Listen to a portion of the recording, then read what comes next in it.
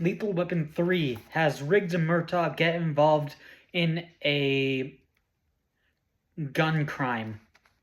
So, the positives on the movie are the action is pretty solid. I like the armored truck chase where they're on the road and they're chasing after an armored truck. There's some shooting. That was pretty cool. The shootout on the railroad was cool. There's guns being shot. People are being shot with guns. And the chase on the road was pretty cool. There's a motorcycle and a truck. That was cool.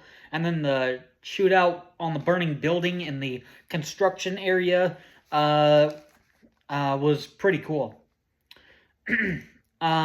This movie is a funny movie. When Leo gets shot, he's cold. Like, oh my god, I'm cold. But he's on the ice.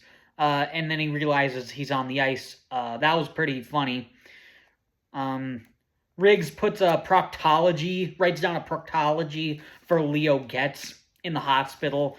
And then a really funny line is when Murtaugh has been drinking, and then Riggs has his gun, and then he says, "Take your finger out of that bottle and give me that gun."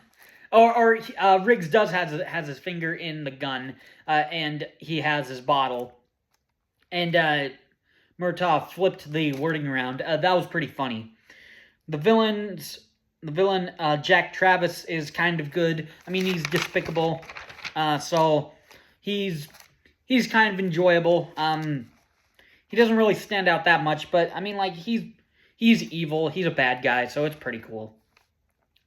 So that's it for positives. On to the negatives. The first thing is this just is not a very interesting movie. It's more of just like an extra entertaining movie in the franchise. It doesn't really add much.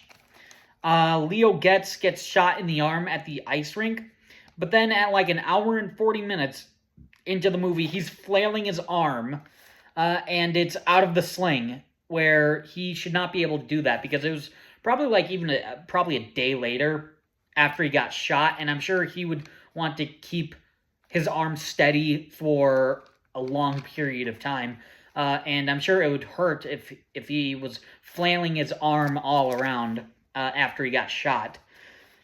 And then the last positive kind of goes negative. The last negative, kind of going with the first one, is it doesn't really add anything too interesting. It doesn't add anything too interesting to the characters. There's nothing really, anything that new or interesting. And I mean, like, this movie could all but be deleted from the franchise. So in the end, it doesn't really add anything. Is it offensive? No.